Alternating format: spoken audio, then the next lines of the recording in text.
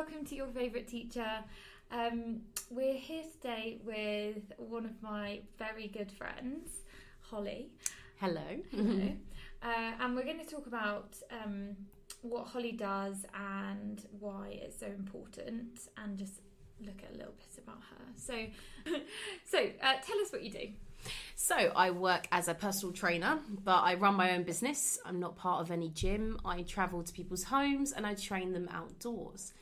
Okay, so, yeah. That's exciting. In a nutshell. Yeah. And you didn't go to university, did you?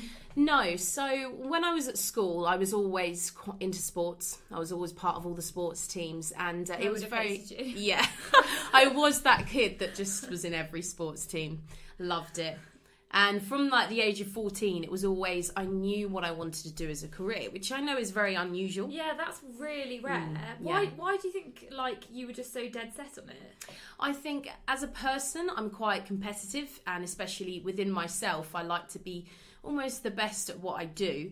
And because I was so good at like the sports and the fitness side of things, I just thought it makes sense for that to be my career.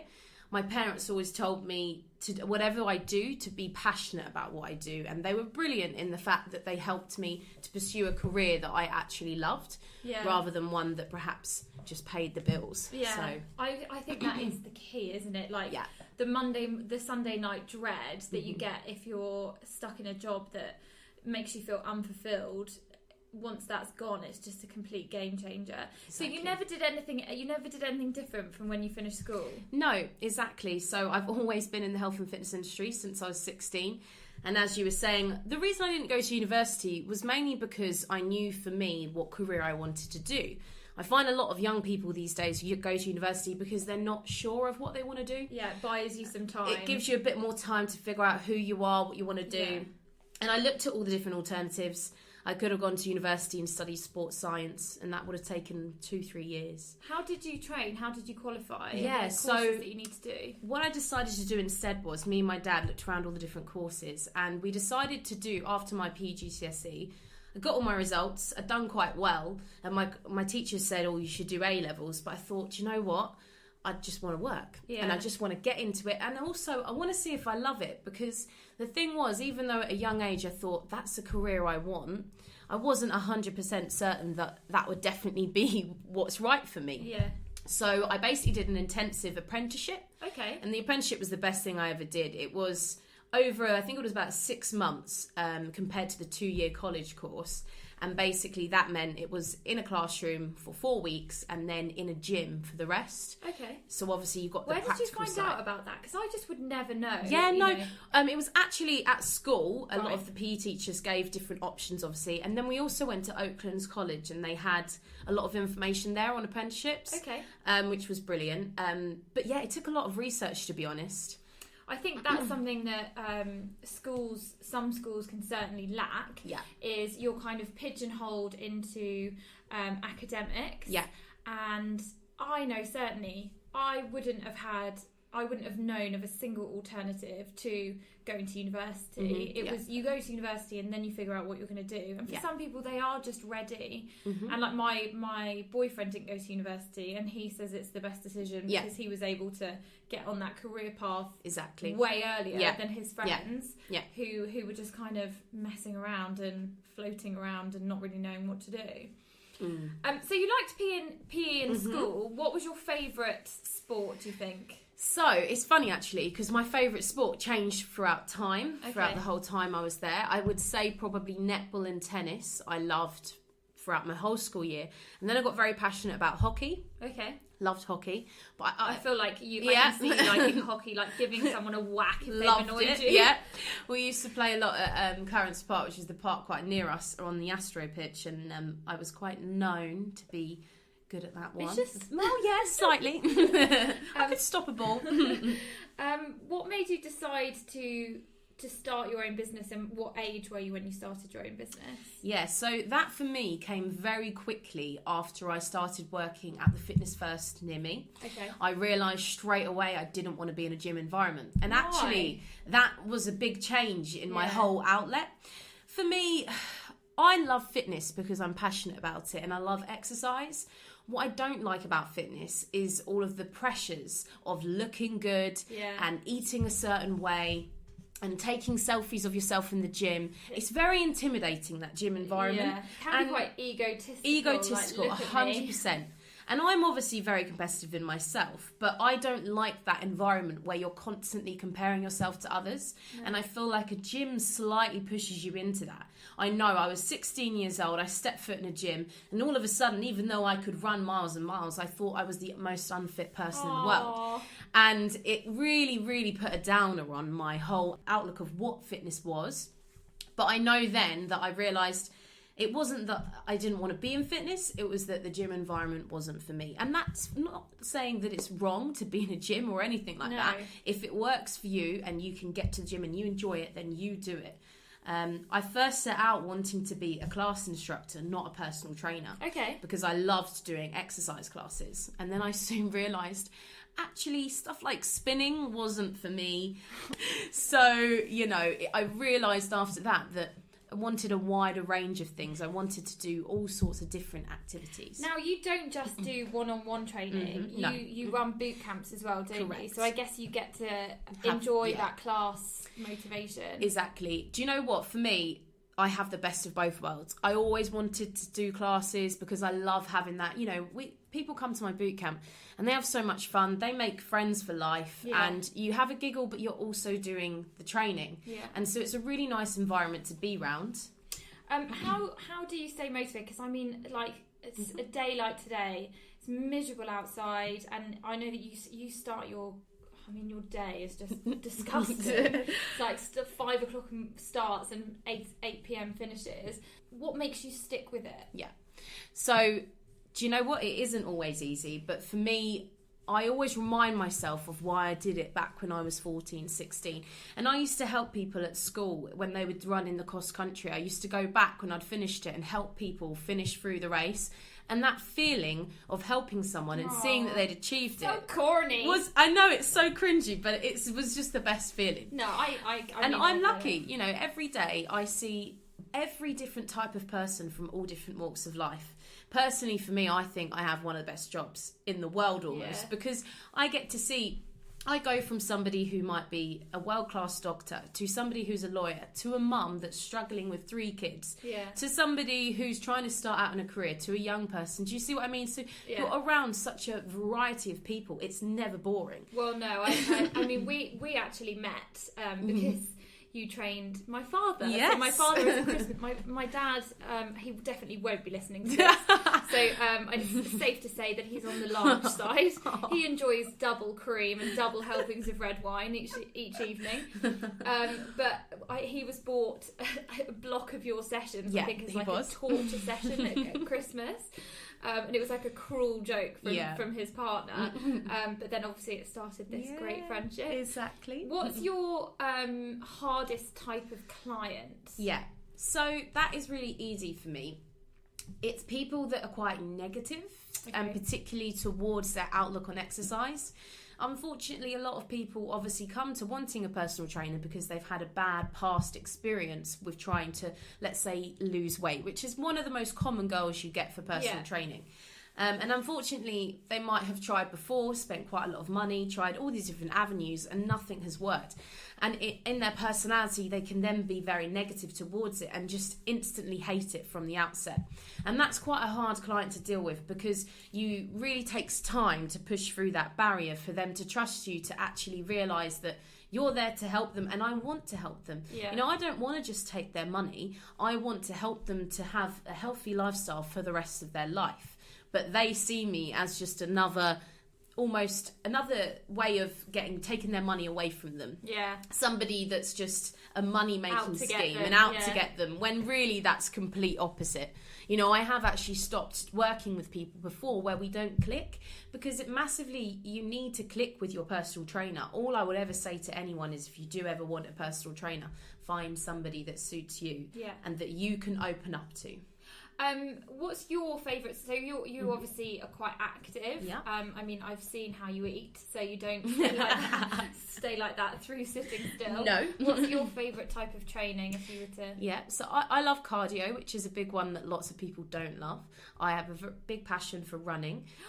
Can we just... Yeah. The breaking news. The breaking news is that unfortunately, over years and years of running and injuries, I have been told that I really need to stop running, which is a massive impact on my life now, particularly because I specialise in marathon training. So obviously that's a majority of my clients. Well, this is something that's actually important, because you can do something in your business and you can be good at it and you can get used to doing a certain thing. Yeah. And now you're going to have to revisit. Yeah.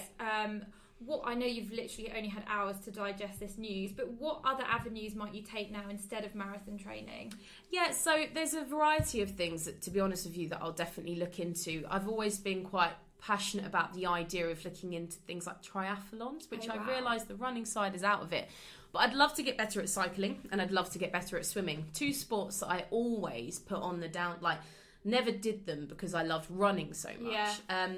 So you're seeing it as a way maybe to that. look at something new. Yeah, I also am really interested, I haven't even told you this yet, but in doing some sort of martial art.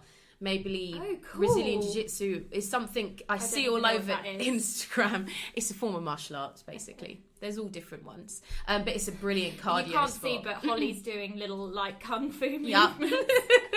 I basically want to be a ninja. Yeah, well, good luck with that. Thank you. Have you any workout secrets or anything that you can share for, obviously, you know, having a personal trainer is quite an elite thing. You've got to be making some money to be able to afford someone like you. So for our listeners, for free, can we get some tips? Of course. Your biggest thing that a lot of people never think about is your daily activity. They call it your NEAT. So it's basically the exercise that you do throughout your day, which isn't involved in your gym session. So walking, anything from being around the house hoovering to going out and doing 10,000 steps, as they say. Now, what your daily activity does is makes a massive impact on the amount of calories that you burn. So it is so key to try and move as much as possible when you're training. Do you recommend things like Fitbits? Are they Definitely, good for stuff yes. like that? You can get all sorts of apps. Fitbits are brilliant because you can see your steps. I try not to get too worried about exactly how many steps you're doing a day, because people will walk around their living room. No, Matthew does. If he hasn't like met his quota to get, we have like Vitality Health Insurance, and if he hasn't met his quota to get his free coffee, then he'll just go and take the dog on another walk at 9 o'clock at night. What are you doing? It's pouring with rain. Gotta get my steps in. Which is brilliant, and that is the whole point of it. But there is more to it. Now you were telling me last week that, because I was saying that I was struggling with my fitness a bit and wanted to get fit for summer and, you know, all the usual nonsense. And you were saying that I shouldn't beat myself up because women and men train very differently. Yes. Can you tell us a little bit more about that? Because I think that's something no one really knows about. Yeah, of course. So for a man compared to a woman, our body types are completely different. Women are put on this earth to reproduce. So we are born with a high percentage of fat in our body. So it is going to be... Sorry, ladies. I know, it's a shame we get all the bad things happen to us, but it's going to take almost 50%. It's going to be 50% harder for a woman to lose weight than it is for a man. And for women, we store weight in all the areas that you don't want to store weight in. Yeah. And that is the most frustrating part for exercise, which is why I almost mainly train women, because I understand that a woman training is completely different to a male's training. And you can never liken yourself to a man if you're a female, because it's going to be completely different. Yeah. You know, what you do, let's say 2 people ate the exact same diet and did the exact same exercise. The female still would never be able to be as fit as the male unless she's doing more. Clinging onto those fat particles. We are. So tell me a little bit about social media. You've recently joined social media. Yes. You avoided it for like a long the time. plague for a really long time. Why did you avoid it? For me, again, I feel social media has played a part in why fitness is not seen as it used to be. Fitness should be something that's attainable for everyone. Yeah. And unfortunately, social media has made it seem as though it's only attainable for those that go to the gym, have protein shakes and wear nice leggings. Do you know what I mean? I mean, don't knock the matching outfit. No, matching outfits are great, don't get me wrong, but I know what you mean. Unfortunately, and I never wanted to be in an environment where I was constantly worried about how many likes I got, how many people were viewing my profile. The only reason I'm using that platform now is I see that to have a business, it is very, very important to be on social media platforms. Yeah. Do I ever want 10,000 followers? To be honest, no. And that's really care, why I really don't care. I do care. So you can follow me at your favourite teacher. Do you know what? For me, I like a place where my clients can look, see different workouts.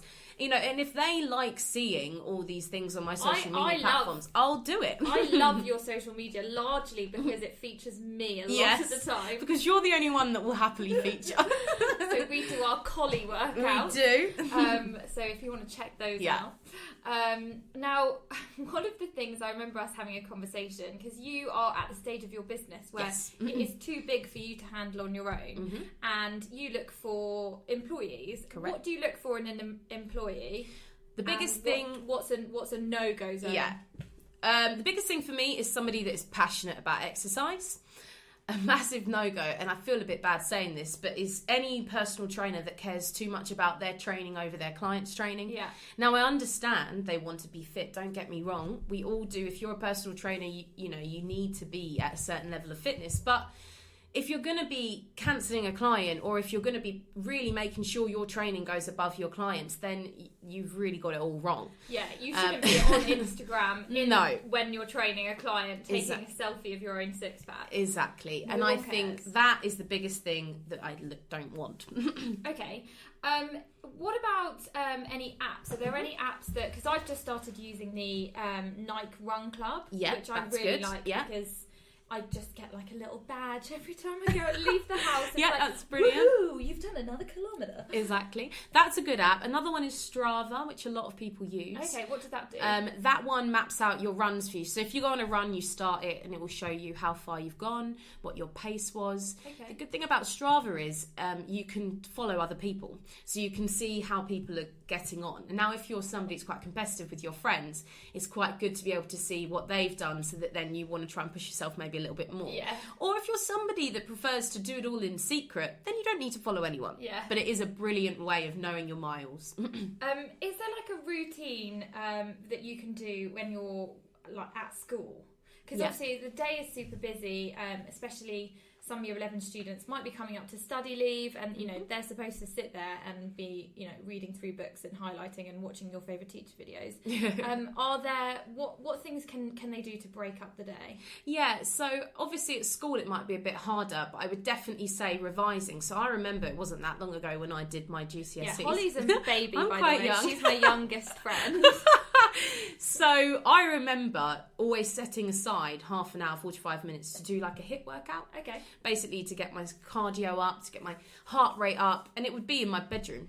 Okay. I used to literally do an ab workout and a 30-minute sort of HIIT, which is lots of variety of body weight exercise. You don't need any equipment. And do you know what? Can I be really cheeky and ask you to write one for us? Of course. To put on the website. More than happy to do that. So we'll post that later this week. Now, you've got a boyfriend, lovely Ben. Yes. You like him. We Unless do. this podcast is being listened to 3 years down the line and he's been a bastard. Then we'll pretend. Yeah, I'll edit it. But currently we really like Ben. Yes, we do. Congratulations, you're nearly at your 1 year. We are. It's very exciting. Do you train with him?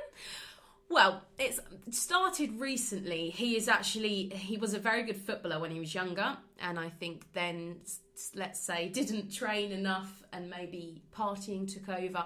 And so now... Was it beer over running? It was beer over, definitely. And so now he wants to do football again, but he finds it very frustrating that he's obviously not at the same level that he was. So I have been training him recently on the weekends. I set him a little workout, and he's doing them with me.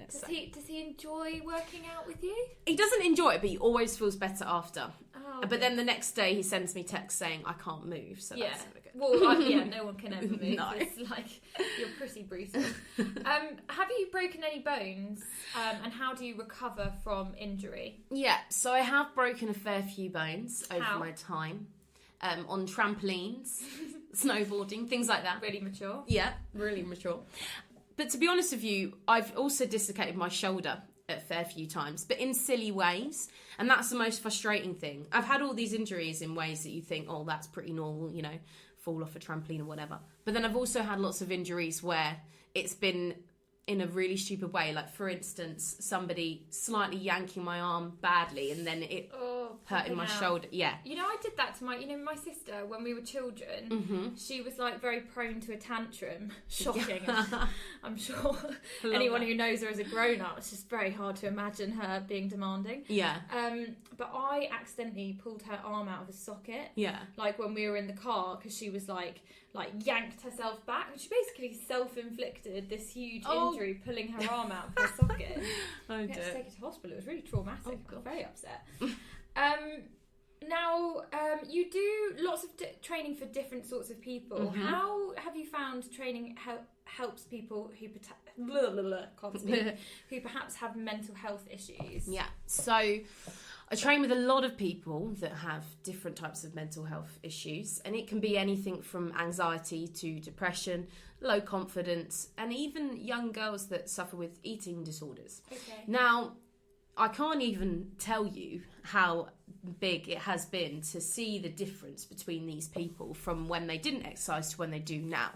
The results are just incredible, because these people have not only got more confident in themselves, they've obviously got the self-esteem now to be able to do exercise, let's say, outside. I've had clients that barely want to leave their house. Yeah. Because they're so worried about how they look, and now they're going outside running miles. You know what I find really remarkable is, so a lot of people say have well, not a lot, but I've had conversations before where people have said, oh, should you really, this is an educational platform, should you really be doing things about fitness and weight loss? And actually yes, because it's such a huge part of a teenager's existence when you're going through puberty and you're coming to terms with who you are, and a lot of that is how you look and how you feel. Yeah. And I can remember myself not knowing anything about dieting and just being like, I want to lose weight. Yeah. And so I would do something stupid, like go on. I mean, my friend and I used to do Crash Wednesday for Lent, where we would give up solid food. Oh. And it's like the most unhealthy lifestyle. Yeah. And so actually I do think it's really important to talk about how positive exercise is for mental health, because 100%. It's just incredible, some of the work that you do. And I know even for me, like, you've helped me through some really crappy times. But it's like being a personal trainer is almost like being a therapist as well. Yeah, 100%. But I would like to say as well that with exercise, don't think that exercise is just really going hardcore 3-4 times a week in the gym or really pushing yourself. It can be something as tiny as a 20-minute workout in your house. It will make all the difference. Yeah. You've really just got to get out of the concept in your head of thinking that exercise is something that is really unattainable.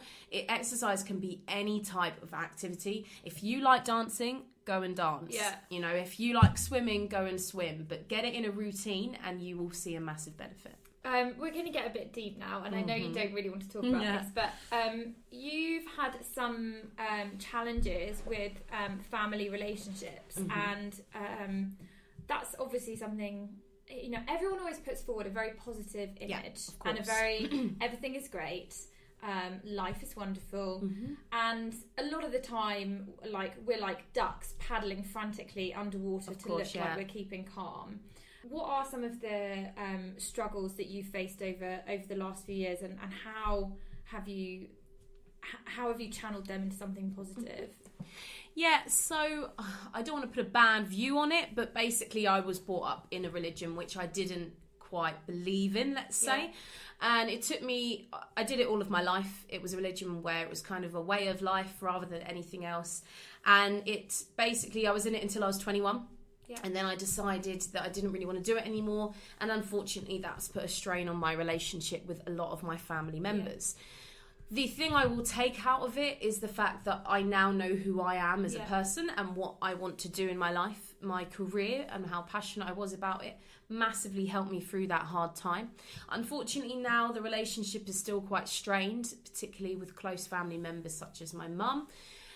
It's a shame because the thing is it's not uncommon. Yeah, no, it's not. And religion is, I don't want to get onto a whole religion tangent, but religion is very, very prominent in, you know, communities across the country, across the world.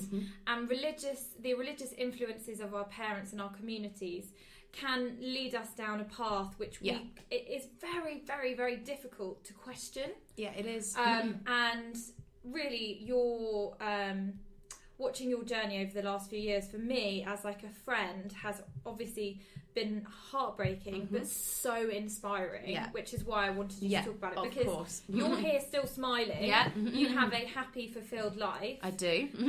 And you're working on repairing those relationships now. Exactly. And I think when I was younger, it felt like I could never have left it. And, you know, it's everyone you've ever known. Everyone I was brought up with. We weren't really meant to have too many friends that were outside of it.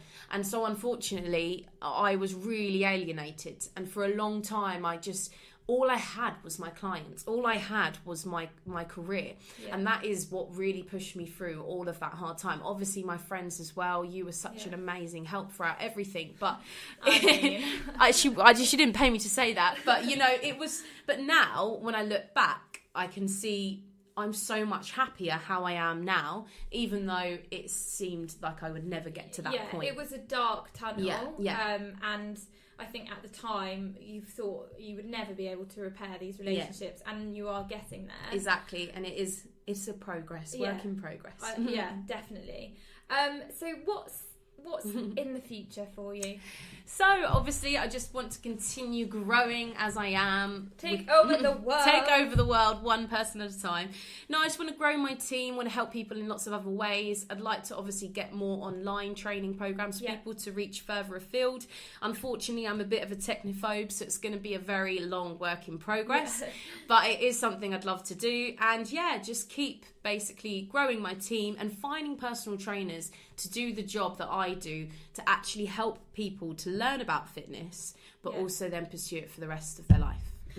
Thank you so much. Thanks so much for having me. I mean, I can't believe you found the time. It's really good to have you. Thank you.